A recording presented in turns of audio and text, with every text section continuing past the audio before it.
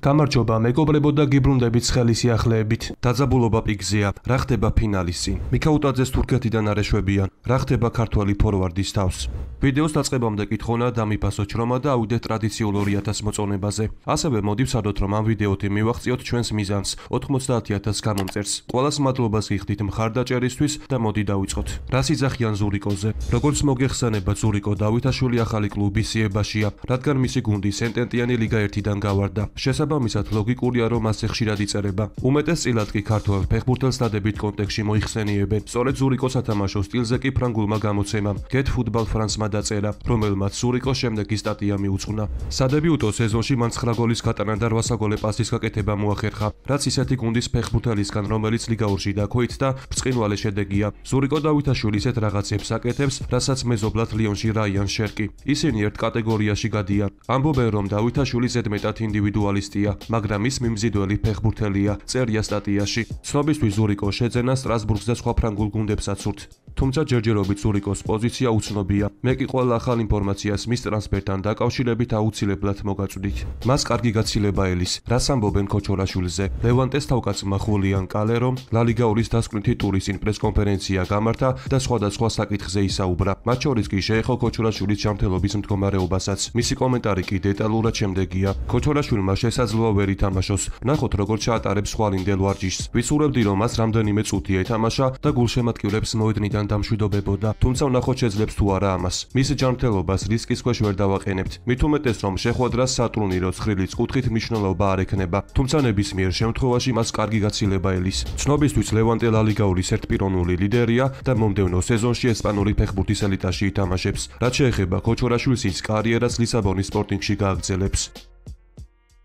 გალათასარაი შესაძლოა გიორგი მიქაუტაძის ტრანსფერს დაუბრუნდეს. ამის შესახებ კი ცნობილი გამოცემა ჰაბერის ჟურნალისტი ვოლკან კილიჩი წერს, რომელიც დეტალურად შემდეგ ინფორმაციას გვაწვდის. ოსიმენის წასვლის შემდეგ ცენტრ ფორვარდის პოზიციაზე გალათასარაიმ შესაძლოა ორი ვარსკვლავი მოიყვანოს. ერთ-ერთი მათგანი მიქაუტაძეა, მეორესთან დაკავშირებით კი ჯერჯერობით კონკრეტიკა არ არის. გარდა ამისა, კლუბი შესაძლოა დატოვოს ალვარო მორატამაც, რომელიც სტამბოლელებს მილანიდან იჯარით ყავდათ დამატებული. წერია გამოცემაში. ცნობისთვის გალათასარაი მიქაუტაძის გადაბირება ზამთარში სცადა, თუმცა საბოლოოდ ტრანსფერი ვერ შედგა, რის შემდეგაც კლუბმა მორატაზე შეაჩერა არჩევანი. PSG ინტერთან ჩემპიონთა ლიგის ფინალს სრულ მზადყოფნაში ხვდება. აღსანიშნავია, რომ პარიზული გუნდის ყველა ფეხბურთელი მწყობრშია და ლუის ენრიკემ ძირითადი შემადგენლობა უნდა შეარჩიოს. ხოლო როგორც ფრანგული გამოცემა პარიზიანი წერს, ესპანელი სპეციალისტი არავითარ სურპრიზს არ შემოგთავაზებს და მხოლოდ ისაა გასარკვევი სასტარტოში ბრედლი ბარკოლას დააყენებს თუ დეზირე დუეს. გამოცემა კი ვარაუდობს, რომ რადგან სწრაფ ბარკოლას კონტრშეტევებზე თავის გამოჩენის მეტი საშუალება აქვს,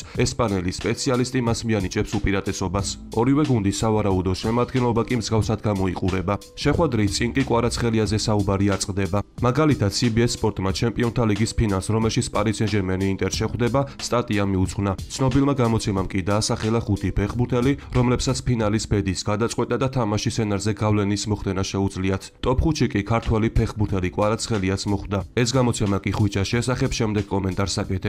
თუ ვინმეს შეუძლია უსმან დემბელეს სცენა წაართვას, ესაა ბიჭი, რომელიც მისგან მარცხნივ თამაშობს. კვარაცხელი არის ფეხბურთელი, რომელსაც მეტოქე გუნდის დაცვის ხაზის გაჭრა მარტო შეუძლია. ის მცველებს შორის ისე გადაადგილდება, მოწინააღმდეგეები ტაქტიკურ და სწორ ჯარიმებს კი არ იღებენ, წესებს გაღიზიანების გამოარღვევენ. მათ უბრალოდ სურთ მინდორზე დააგდონ ფეხბურთელი, რომელიც ბოლო 20 წუთია ამცირებს. არსენალის წარმომადგენელმა ტიმბერმა ნახევარფინალის პირველ შეხვედრაში სწორედ ეს გაიმეორა. მიმდინარე სეზონში მეტოქეების მარჯვენა მცველი ინდივიდუალური მეურვეობისა და ერთიერთზე დაცვის მხრივ ევროპაში ერთ-ერთი საუკეთესოა და ჩემპიონთა ლიგის ჯგუფურ ეტაპზე, როდესაც PSG ლონდონში ჩავიდა, ბრედლი ბარკოლა უბრალოდ გააქრო, მაგრამ ნახევარფინალში ყველაფერი სხვანაირად იყო. პირველი შეხვედრის საწყისი 20 წუთის განმავლობაში მისი მაქსიმუმი კვარაცხელიაზე ჯარიმების აღება გახლდათ, მაგრამ როდესაც ასტონ ვილასთან გამართულ დაპირისპირებას და ხვიჩას გოლს იხსენებ, ხვდები, რომ მსგავსად მოქცევა ცუდი გეგმა ნამდვილად არაა, წერია გამოცემაში. მე კი გეტყვით იმასაც, რომ CBS სპორტის მიხედვით ფინალის ბედის გადაწყვეტა ყველაზე მეტად უსმან დემბელეს შეუძლია. შემდეგ კი მოდის კვარაცხელია.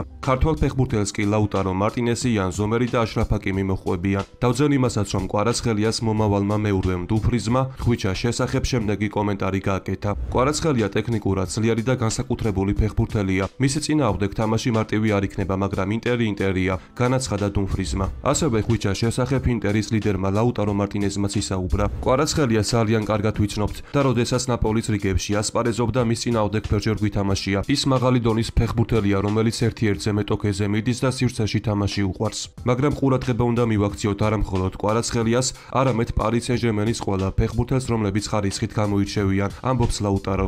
ხვიჩას შესახებ კი საქართველოში საკმაოდ აქტიურად საუბრობენ. მაგალითად, ქართული ფეხბურთის ლეგენდამ გიორგი ქინქლაძემ ხვიჩას შემდეგი სიტყვებით მიმართა. დღეს ქართული ფეხბურთის ისტორიაში განსაკუთრებული დღეა. კვარაცხელიამ ჩემპიონთა ლიგის ფინალში თამაშით არა მხოლოდ საკუთარი მიზნის მიღწევა შეძლო, არამედ მთელი ერის ოცნებები გააცოცხლა. ხვიჩა, შენ უკვე ისტორია ხარ. ითამაშე გულით, გაბედულად და იცოდე, რომ მთელი საქართველო შენს გვერდითაა. წადი და დაიმკვიდრე შენი სახელი ფეხბურთის უმაღლეს საფეხურზე, ამბობს ქინქლაძე. PSG-ს გულშემატკივრები კი მიუნხენში ნამდვილ სიგიჟეს აპირებენ. მათი ფანები შეკრებას უკვე იწყებენ. ამასთან ერთად პარიზულმა კლუბმა სამოტივაციო ვიდეო გავრცელა და ფეხბურთელების დამოკვდვას ყველანაირად ცდილობენ. ძალიან მალე კი მოედანზე ნამდვილ ომს ვიხილავთ. რა თქმა უნდა, როგორც მოედანზე, ასევე გულშემატკივრებს შორისაც.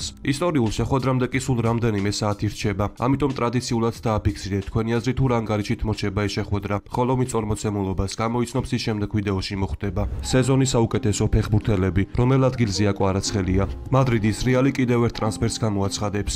ესპანური გამოცემები ცნობით, მადრიდის რეალი ძალიან მალე კიდევ ერთ და მნიშვნელოვან ტრანსფერს გამოაცხადებს. ფლორენტინო პერესი არ ჩერდება და მსოფლიო საკლუბო ჩემპიონატისთვის მაქსიმალურად ცდილობს გაძლიერებას. მას შემდეგ, რაც გუნდმა არნოლდის ტრანსფერი ოფიციალურად დაადასტურა, რეალი კიდევ ერთ განაპირა მცველის ტრანსფერზე მუშაობს. გავრცელებული ინფორმაციით, რეალი ალვარო კარერასის ტრანსფერზე მუშაობს. მადრიდული დელეგაცია კი უკვე გაემგზავრა ალვაროსთან შესახვედრად. ახალგაზრდა განაპირა მცველი კი სამედიცინო შემოწმებას გაივლის, რის შემდეგაც შეთანხმება ოფიციალურად დადასტურდება. ტრენტის მსგავსად კი კარერასის 6 წლიან კონტრაქტს მოაწერს ხელს და მადრიდელები სადარაჯოზე 2031 წლის 30 ივნისამდე დარჩება.